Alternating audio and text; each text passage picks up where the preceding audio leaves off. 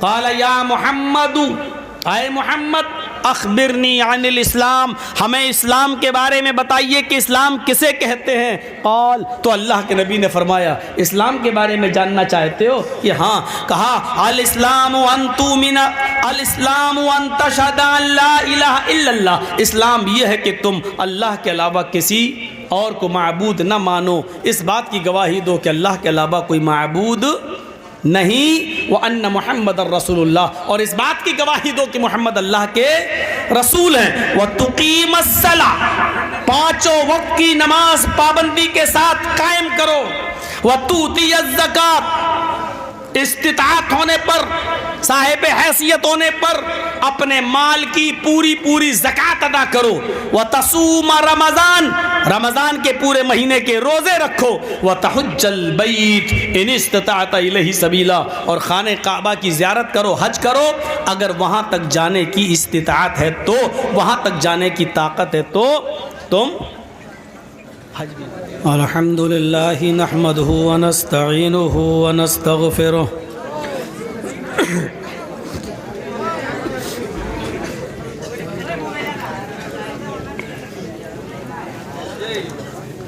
ونعوذ باللہ من شرور انفسنا ومن سیئات اعمالنا،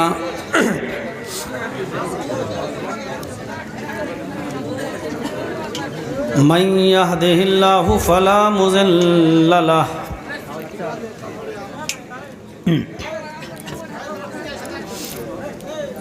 ومن يضلله فلا هادي له،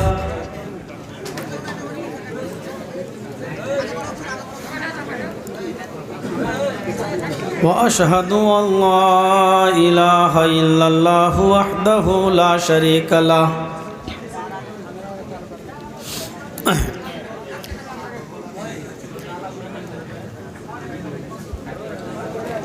وأشهد أن محمدًا عبده ورسوله، أما بعد،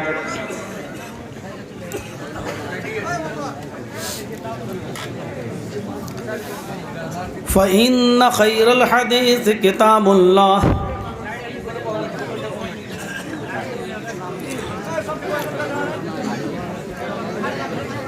وخير الهدي هدي محمد صلى الله عليه وسلم،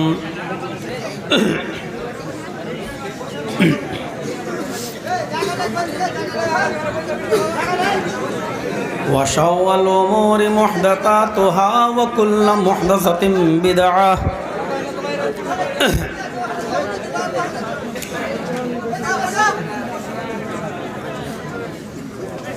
وكل بدعة ضلالة وكل ضلالة في النار۔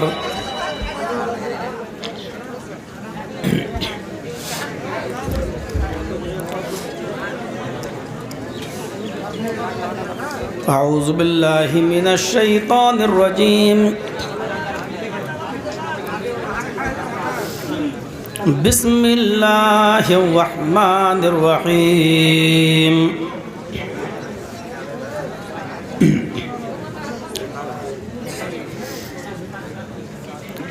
اليوم أكملت لكم دينكم وأتممت عليكم نعمتي ورضيت لكم الإسلام دينا،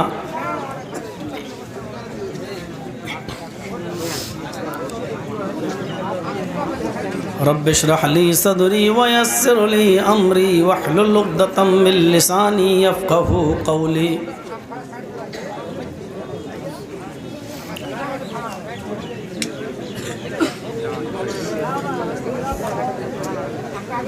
اس عظیم و شان اجلاس کے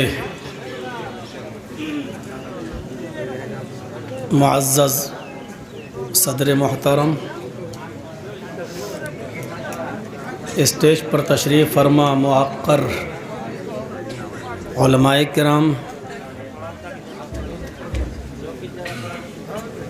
جلسہ کمیٹی اور مدرسہ کمیٹی کے اراکین، ممبران، اور اہم ذمہ داران چمنی بازار ڈسٹرکٹ پورنیہ اور اس کے اطراف و اکناف سے تشریف لائے ہوئے سردیوں کی اس ٹھنڈی رات میں اتنی بڑی تعداد میں اس محفل میں جمع ہونے والے معزز سامعین حضرات، پردہ نشین اسلامی خواتین، پیاری ماں اور بہنوں، قوم و ملت کے لائق ور نوجوانوں اور مستقبل کے ہونہار عزیز بچوں،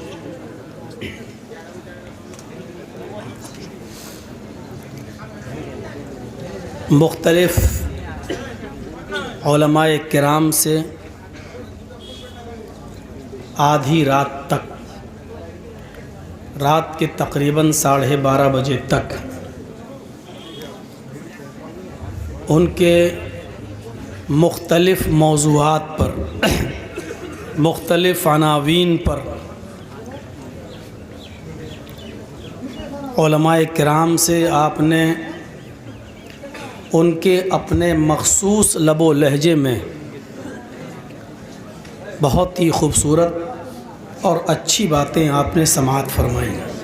اللہ ہمیں اور آپ کو عمل کرنے کی توفیق عطا فرمائے۔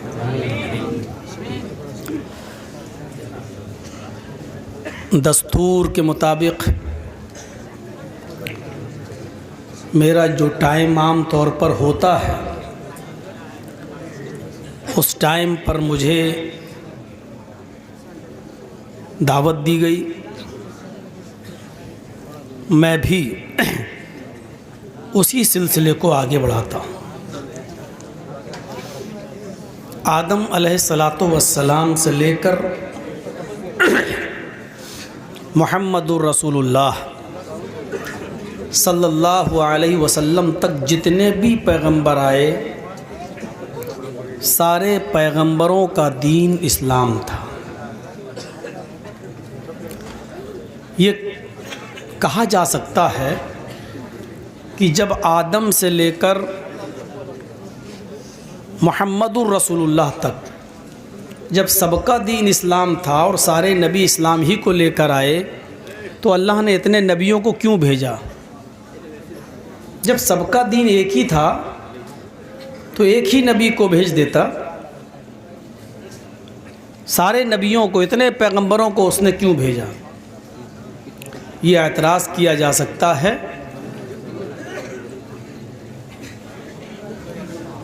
تو سوال کا جواب مختصراً یہ ہے کہ اللہ تعالیٰ نے دوسرے پیغمبروں کو جو شریعت دی تھی، اس شریعت کی حفاظت کی ذمہ داری اللہ تبارک و تعالیٰ نے نہیں لی تھی، لیکن جب اس نے قرآن کو اتارا تو اللہ تعالیٰ نے اس کی حفاظت کی ذمہ داری لی۔ اِنَّا نَحْنُ نَزَّلْنَا الذِّكْرَ وَإِنَّا لَهُ لَحَافِظُونَ، ہم ہی نے اس قرآن کریم کو اتارا ہے اور ہم ہی اس کی حفاظت کریں گے۔ قرآن نے ہمیں یہ بھی بتایا ہے کہ دوسرے نبیوں کو جو شریعت دی گئی تھی، ان لوگوں نے اپنے اپنے پیغمبروں، نبیوں، رسولوں کی دعوت کو چینج کر دیا اور اصلی شکل دین کی مسخ کر دی، بگاڑ دی۔ جو پیغمبر سچا اسلام لے کر آئے تھے، اس اسلام کے اندر انہوں نے بگاڑ پیدا کر دیا اور بہت سی چیزوں کو انہوں نے اپنی طرف سے داخل کر دیا۔ اس لیے اوریجنل اسلام کو، صحیح اسلام کو از سر نو دوبارہ قائم کرنے کے لیے اس نے آخر میں جناب محمد رسول اللہ صلی اللہ علیہ وسلم کو مبعوث فرمایا، ورنہ آدم سے لے کر عیسیٰ تک بلکہ محمد الرسول اللہ تک جتنے بھی نبی آئے سب کا دین یہی اسلام. شرع لکم من الدین ما وصى به نوحا والذی اوحینا الیک وما وصینا به ابراہیم وموسیٰ وعیسیٰ نقیم الدین. قرآن کی اس آیت نے کلیئر کر دیا ہے. آئے محمد صلی اللہ علیہ وسلم، ہم نے آپ کے لیے بھی اسی دین کو مشروع قرار دیا ہے، اسی دین کو نافذ کیا ہے، اسی دین کو چوائس کیا ہے، اسی دین کو آپ کے لیے بھی ہم نے لاگو کیا ہے، جس دین کو آپ سے پہلے جس کی وصیت ہم نے نوح علیہ السلام کو کی تھی، اور اس کی وحی ہم نے آپ کو کر دی تھی. والذی اوحینا الیک، وہ بتا چکا ہوں میں آپ کو. اور نوح کے بعد اسی دین کو وما وصینا به ابراہیم وموسیٰ وعیسیٰ، ہم نے اسی دین کی وصیت ابراہیم کو بھی کی تھی، موسیٰ کو بھی کی تھی، عیسیٰ کو بھی کی تھی. آپ کوئی نیا دین لے کر نہیں گئے ہیں، آپ سے پہلے بھی نوح، ابراہیم، موسیٰ اور عیسیٰ اسی دین کو لے کر گئے.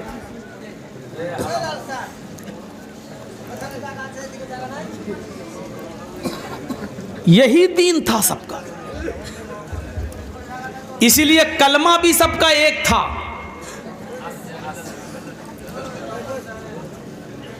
بلکہ قرآن اتحاد بین المذاہب پر یہ آیت پیش کرتا ہے. قُلْ يَا أَهْلَ الْكِتَابِ تَعَالَوْا إِلَىٰ كَلِمَةٍ سَوَاءٍ بَيْنَنَا وَبَيْنَكُمْ. اے محمد صلی اللہ علیہ وسلم، آپ اعلان کر دیجئے، اہل کتاب کو باخبر کر دیجئے، ان کو بلائیے. اہل کتاب کس کو کہتے ہیں؟ جس کو آسمانی کتاب دی گئی ہو، تورات، زبور، انجیل. یا اہل الکتاب تعالوا الی کلمۃ سواء بیننا وبینکم. اے محمد صلی اللہ علیہ وسلم، آپ بلائیے اور کہیے کہ اے یہودیوں، اے عیسائیوں، اے زبوریوں، آؤ ایک ایسے کلمے کی طرف، تعالوا الی کلمۃ سواء بیننا وبینکم، آؤ ایک ایسے کلمے کی طرف جو ہمارے اور تمہارے درمیان برابر ہے. تمہارا بھی وہی کلمہ ہے اور ہمارا بھی وہی کلمہ ہے. قرآن اس بات کا اقرار کر رہا ہے کہ یہودیوں کا بھی وہی کلمہ تھا، عیسائیوں کا بھی وہی کلمہ تھا، اور محمد رسول اللہ کا بھی وہی کلمہ تھا. آج بھی دیکھنے کو ملتا ہے. نوح علیہ السلام جب اس دنیا میں آئے تو کلمہ کیا تھا؟ لا الہ الا اللہ، نوح رسول اللہ. موسیٰ علیہ السلام جب اس دنیا میں آئے تو ان کا کلمہ کیا تھا؟ لا الہ الا اللہ، موسیٰ رسول اللہ. عیسیٰ علیہ السلام اس دنیا میں آئے تو ان کا کلمہ کیا تھا؟ لا الہ الا اللہ، عیسیٰ رسول اللہ. محمد رسول اللہ صلی اللہ علیہ وسلم کو جب خاتم النبیین کی حیثیت سے بھیجا گیا تو ان کا کلمہ کیا تھا؟ لا الہ الا اللہ، محمد الرسول اللہ. آپ دیکھ رہے ہیں کلمے کا پہلا جز چینج نہیں ہو رہا ہے. لا الہ الا اللہ نوح کے زمانے میں بھی تھا، لا الہ الا اللہ موسیٰ کے زمانے میں بھی تھا، لا الہ الا اللہ عیسیٰ کے زمانے میں بھی تھا، لا الہ الا اللہ محمد رسول اللہ کے زمانے میں بھی تھا. قرآن اسی بات کو دہرا رہا ہے اور کہہ رہا ہے آؤ ایک ایسے کلمے کی طرف، تعالوا الی کلمۃ سواء بیننا وبینکم، آؤ ایک ایسے کلمے کی طرف جو ہمارے اور تمہارے درمیان برابر ہے. جب کلمہ ایک ہے تو اختلاف کیسا ہے؟ جب کلمہ ایک ہے تو دشمنی کیسی ہے؟ جب کلمہ ایک ہے تو ایک دوسرے کا خون کا پیاسا پھر ایک دوسرا کیوں ہے؟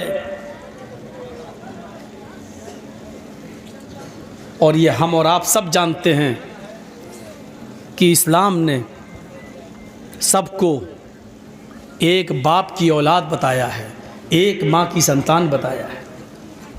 دنیا میں کوئی بھی مذہب آپ اٹھا کر دیکھ لو، کوئی بھی دھرم اٹھا کر دیکھ لو، انسانیت کا اتنا بڑا علم بردار، جتنا بڑا علم بردار اسلام ہے، کوئی مذہب آپ کو نہیں ملے گا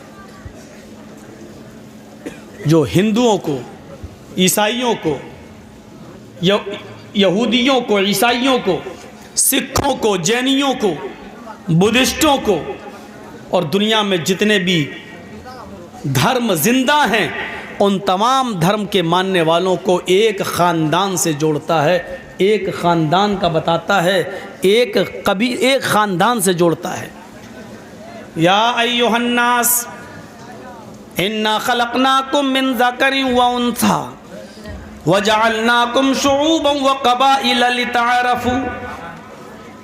ہے ساری دنیا کے انسانوں، ہے ساری دنیا کے لوگوں، ہے سمپورن جگت کی مانو ذاتی، ہم نے تم کو ایک ہی مرد سے اور ایک ہی عورت سے پیدا کیا ہے۔ انا خلقناکم من ذکر و انثی، ہم نے تم کو ایک ہی مرد سے اور ایک ہی عورت سے پیدا کیا ہے۔ کوئی تم میں بڑا نہیں ہے، کوئی چھوٹا نہیں ہے، تم سب کا باپ ایک ہے، تم سب کی ماں ایک ہے، تم سب کے باپ آدم ہے اور تم سب کی ماں حوا ہے۔ نام چینج کیے جا سکتے ہیں، تم سب کا باپ آشو ہے اور تم سب کی ماں شتروپا ہے۔ تم سب ایک ہی باپ آشو کی یعنی آدم کی، تم سب ایک ہی ماں حوا یعنی شتروپا کی اولاد ہو۔ جب باپ ایک ہے، ماں ایک ہے تو ہم سب بھائی بھائی ہیں۔ اتنا بڑا علم بردار کوئی مذہب نہیں ملے گا جو پورے کائنات کے لوگوں کو ایک خاندان سے، ایک کٹمب سے جوڑ رہا ہے، ایک خاندان سے جوڑ رہا ہے۔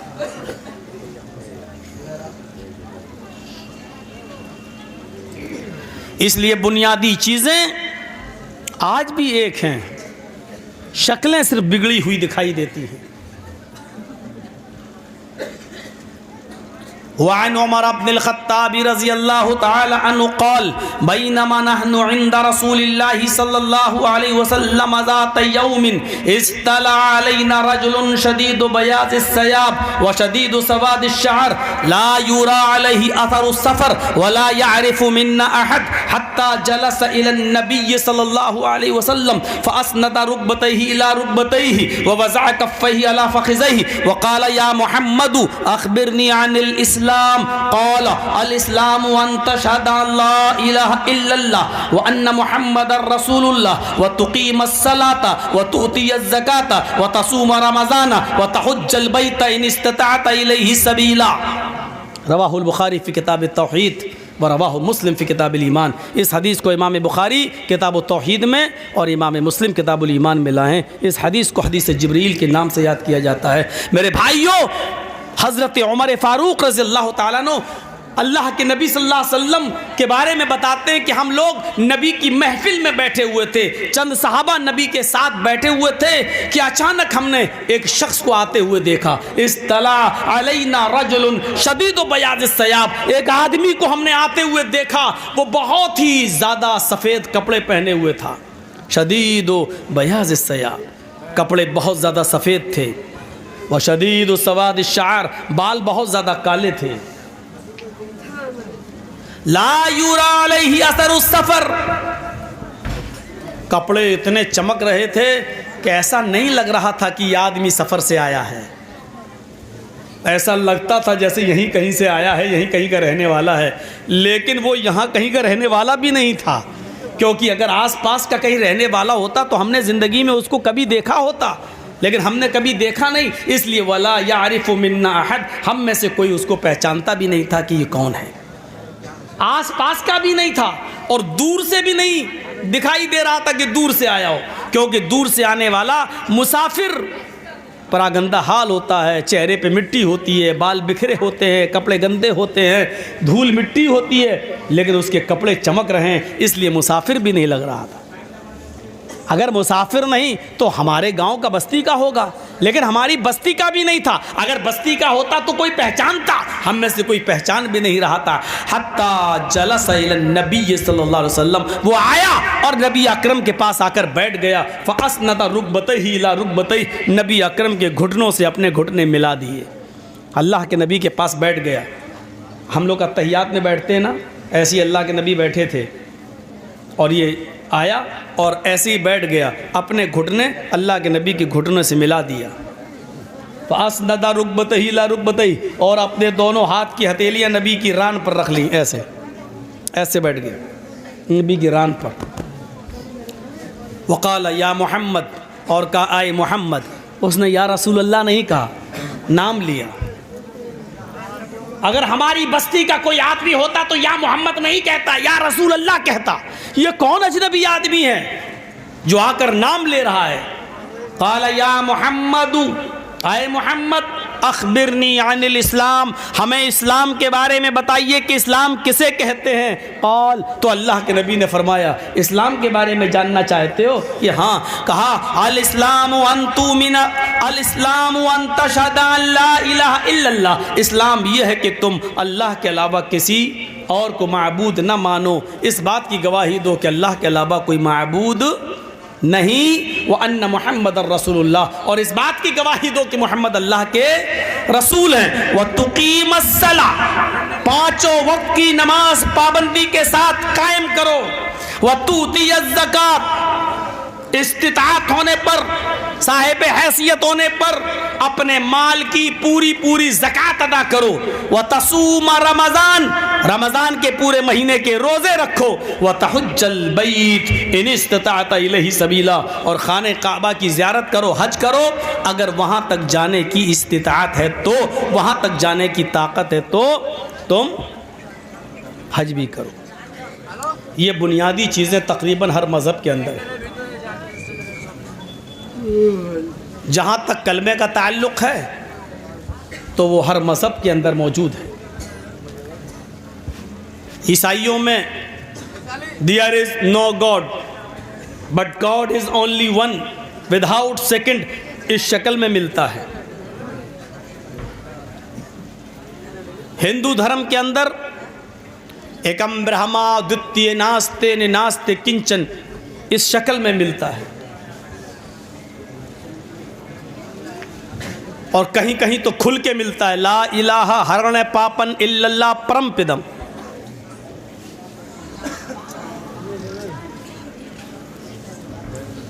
اور جہاں تک محمد رسول اللہ کا تعلق ہے، وَأَنَّ مُحَمَّدَ الرَّسُولُ اللَّهِ، اور محمد کو اللہ کا رسول مانو، تو دنیا میں کوئی مذہب ایسا نہیں ہے۔ آج بھی رات کے 1:13 ہو چکے ہیں میری گھڑی میں، اور اب 26 کے بجائے یہ 27 نومبر شروع ہو چکا ہے۔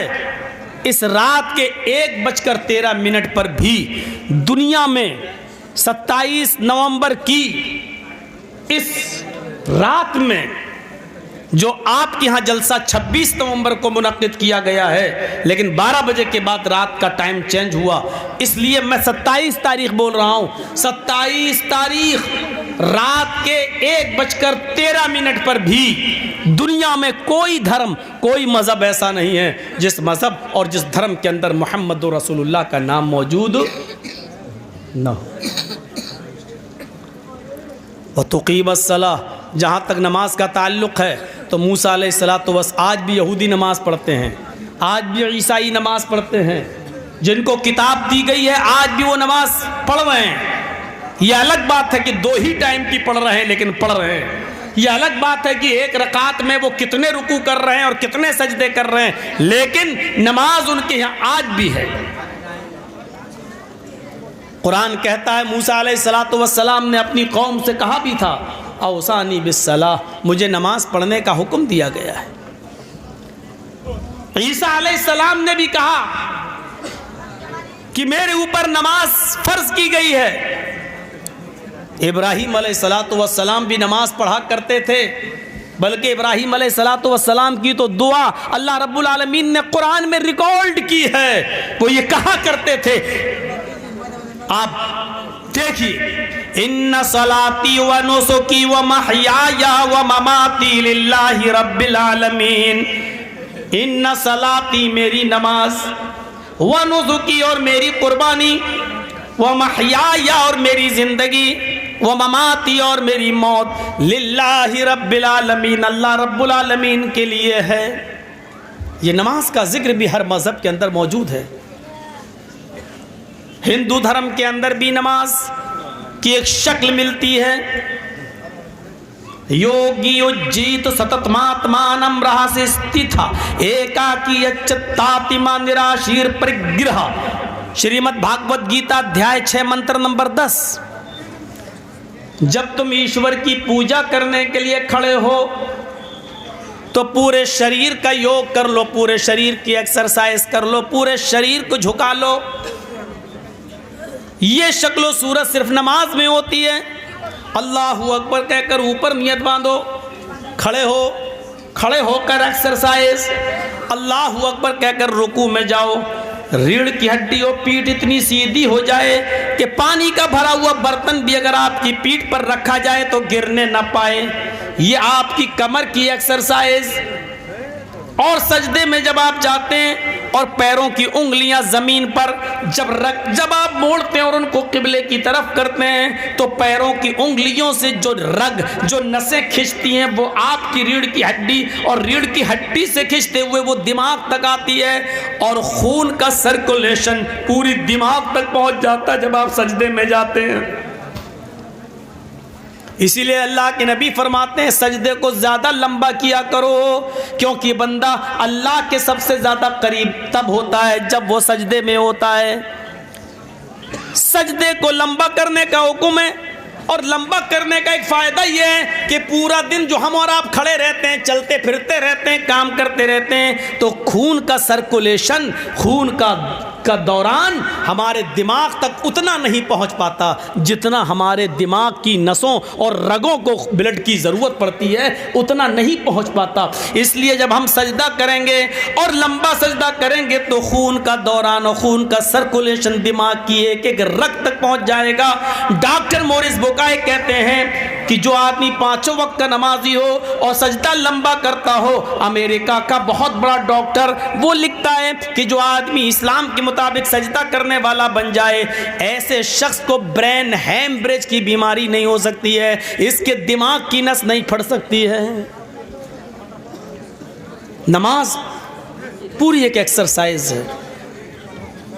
اگر آپ 5 وقت کے نمازی بن جائیں اور نماز اس طریقے پہ پڑھیں جس طریقے سے اللہ کے نبی نے کہا ہے اور بتایا ہے, تو آپ کو یہ فرضی ایکسرسائز سکھانے والوں کی ضرورت نہیں پڑے گی. نام نہیں لوں گا.